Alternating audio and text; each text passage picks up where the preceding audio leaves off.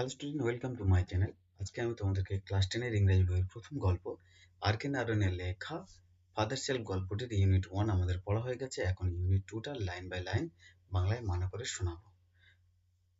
চলো শুরু করা যাক। Shami hoped that with this his father would made to see why he must avoid school for the day. Shami hoped that স্বামী আশা করেছিল with এইভাবে his father would made to see তার বাবাকে দেখানো যাবে why he must avoid school for the day, কেন সে আজকে স্কুলে যেতে চাইছে না। এখানে টু সিটা হলো একটা ইনফিনিটিভ, আর এখানে মাস্টের ব্যবহার করা হয়েছে। মাস্ট হলো অবশ্যই বা নিশ্চিত অর্থে বা নিশ্চয়তা অর্থে ব্যবহার করা হয়েছে। আর ফর হলো একটা প্রিপোজিশন যেটা হচ্ছে জন্য বোঝাতে ব্যবহার করা হয়।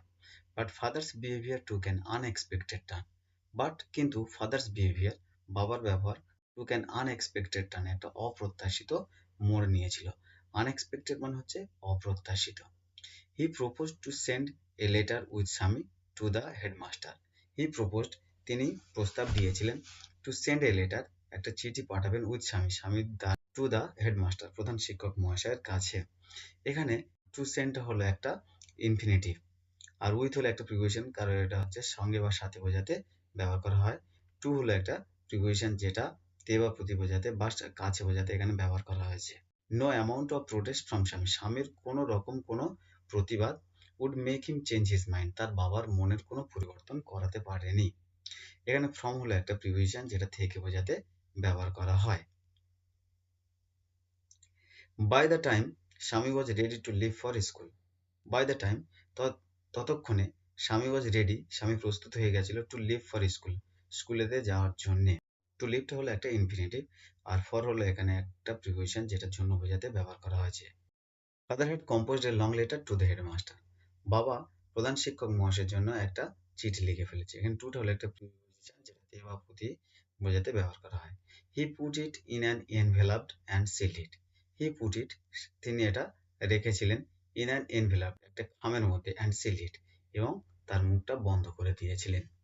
এখানে ইনটা হলো একটা প্রিপোজিশন যেটার অর্থ হচ্ছে মধ্যে বোঝাতে ব্যবহার করা হয়।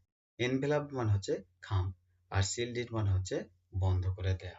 What have you written father, Swami asked apprehensively, what have you written father, বাবা তুমি কি লিখেছো। স্বামী আস্কড অ্যাপ্রিহেন্সিভলি, স্বামী উদ্বিগ্নভাবে জিজ্ঞাসা করেছিল। অ্যাপ্রিহেন্সিভলি মানে হচ্ছে উদ্বিগ্নভাবে। নাথিং ফর ইউ, স্বামীর বাবা উত্তর দিচ্ছে নাথিং ফর ইউ, তোর জন্য কিছু না। Give it to your headmaster, তোর প্রধান শিক্ষক মহাশয়ের কাছে দিবি। And go to your class, তোর ক্লাসে চলে যাবি। এখানে টুটা হলো একটা প্রিপোজিশন যেটা হচ্ছে কাছে বোঝাতে ব্যবহার করা আছে, আর এখানে টুটা হলো একটা প্রিপোজিশন যেটা হচ্ছে তে বোঝাতে ব্যবহার করা হয়েছে, আর এখানে ফরের ব্যবহার করা হয়েছে জন্য বোঝাতে। নাথিং ফর ইউ, তোর জন্য না। স্বামী তার বাবাকে জিজ্ঞাসা করছে have you written anything about our teacher Samuel, have you written anything, তুমি কি কিছু লিখেছো অ্যাবাউট আওয়ার টিচার স্যামুয়েল, আমাদের শিক্ষক মহাশয় স্যামুয়েল সম্পর্কে। এখানে অ্যাবাউট হলো একটা প্রিপোজিশন যেটা কারোর সম্পর্ক বোঝাতে ব্যবহার করা হয়। স্বামীর বাবা উত্তর দিচ্ছে ইয়েস প্লেন্টি অফ থিং, হ্যাঁ অনেক কিছু লিখেছি। ঠিক আছে, এখানে অফ হলো একটা প্রিপোজিশন যেটা এর বোঝাতে ব্যবহার করা হয়। স্বামী জিজ্ঞাসা করছে what has he done father, উনি কি করেছেন। স্বামীর বাবা উত্তর দিচ্ছে everything is there in the letter, সবকিছু এই চিঠির মধ্যেই আছে। ইন হলো একটা প্রিপোজিশন যেটা কোনো কিছুর মধ্যে বোঝাতে ব্যবহার করা হয়। Give it to your headmaster, এটা তোর প্রধান শিক্ষক মহাশয়ের কাছে দিবি। এখানে টুটা হলো একটা প্রিপোজিশন যেটা কাছে বোঝাতে ব্যবহার করা হয়েছে। Give it to your headmaster, তোর প্রধান শিক্ষক মহাশয়ের কাছে দিবি। Swami went to school feeling that he was the worst boy on the earth, Swami went to school, স্বামী স্কুলেতে যাচ্ছে। এখানে টুটা হলো একটা প্রিপোজিশন যেটা হচ্ছে তে বা প্রতি বোঝাতে ব্যবহার করা হয়। ফিলিং দ্যাট অনুভব করছিল যে he was the worst boy on the earth, সে পৃথিবীতে একটা খুব খারাপ ছেলে। এখানে একটা সুপারলেটিভ ডিগ্রি এর ব্যবহার করা হয়েছে, যে ব্যাড এর সুপারলেটিভ ফর্ম হচ্ছে ওয়ার্স্ট। হিজ কনসাইন্স বোদার্ড হিম, হিজ কনসাইন্স তার বিবেক বোদার্ড হিম তাকে দুশ্চিন্তাগ্রস্ত করে দিয়েছিল। এখানে কনসাইন্স হচ্ছে বিবেক, আর বোদার্ড মানে হচ্ছে দুশ্চিন্তাগ্রস্ত হওয়া। হিজ কনসাইন্স বোদার্ড হিম, তার বিবেক তাকে দুশ্চিন্তাগ্রস্ত করে তুলছিল। He was not at all sure if his description of Samuel had been accurate, he was not at all sure, সে সম্পূর্ণরূপে নিশ্চিত ছিল না। ইফ হিজ ডেসক্রিপশন, তার বর্ণনা অফ স্যামুয়েল সম্পর্কে হ্যাড বিন অ্যাকুরেট, সম্পূর্ণ সঠিক ছিল কিনা। তার মানে স্বামী সম্পূর্ণরূপে নিশ্চিত ছিল না যে স্যামুয়েল সম্পর্কে যে মতামতটা দিয়েছে বা বর্ণনাটা দিয়েছে সেটা আসলে সঠিক কিনা।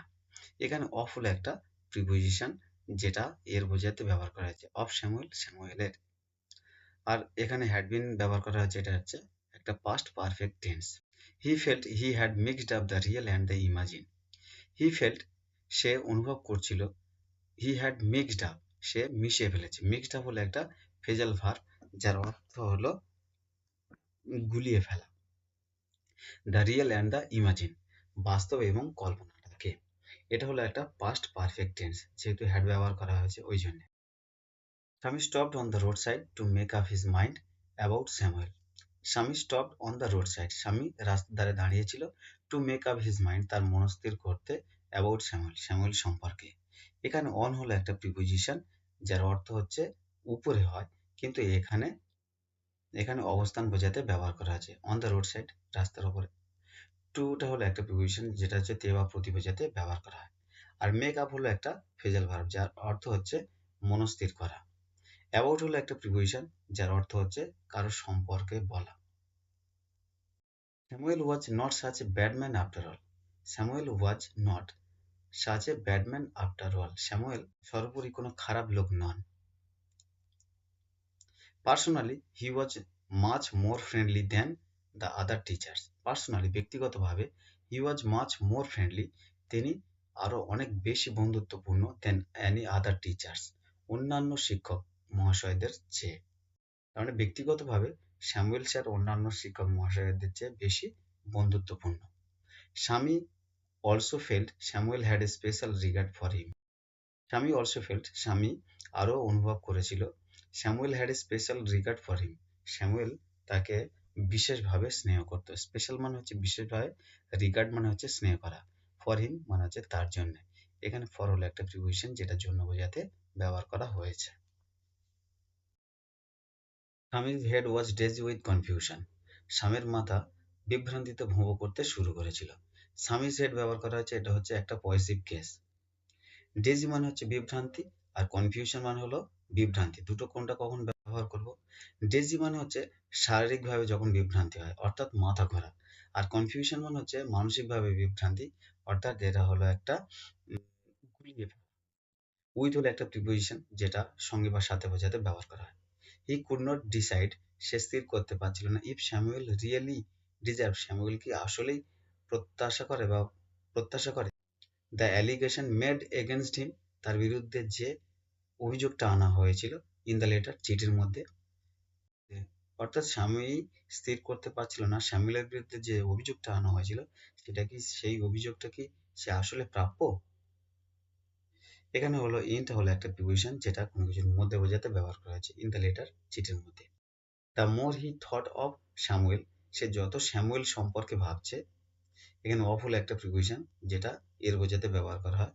দ্য মোর স্বামী গ্রিভড ফর হিম, স্বামী তার জন্য তত বেশি দুঃখ পাচ্ছে। গ্রিভড মানে হচ্ছে দুঃখ, আর ফর মানে হচ্ছে জন্য, এটা হলো একটা preposition. To recall Samuel's dark face, his thin moustache, unshaven cheek and yellow coat filled Swaminathan with sorrow. To recall Samuel dark face, স্যামুয়েলের কালো মুখটার কথা মনে করে। এখানে স্যামুয়েলস ব্যবহার করেছে, এটা হলো একটা পজিটিভ কেস। টু রিকল মানে হচ্ছে মনে করা, আর এটা হলো একটা ফ্রেজাল ভার্ব। হিজ থিন মুস্ট্যাক, তার পাতলা গোঁফ, আনশেভেন চিক, তার না কামানো গাল, অ্যান্ড ইয়েলো কোট, এবং তার হলুদ কোট, ফিল্ড স্বামীনাথন উইথ সরো, স্বামীনাথনের মনে আরো বেশি দুঃখের জমাট বেঁধেছে। এই পর্যন্ত আমরা ফাদার সেলফ গল্পটির ইউনিট 2টা আমরা শেষ করে ফেলেছি। নেক্সট ইউনিট আসবে পরের ভিডিও। যদি ভিডিওটা ভালো লেগে থাকে তাহলে চ্যানেলটিকে লাইক করে দিও এবং এরকম ধরনের ভিডিও পেতে চ্যানেলটিকে সাবস্ক্রাইব করে দিও।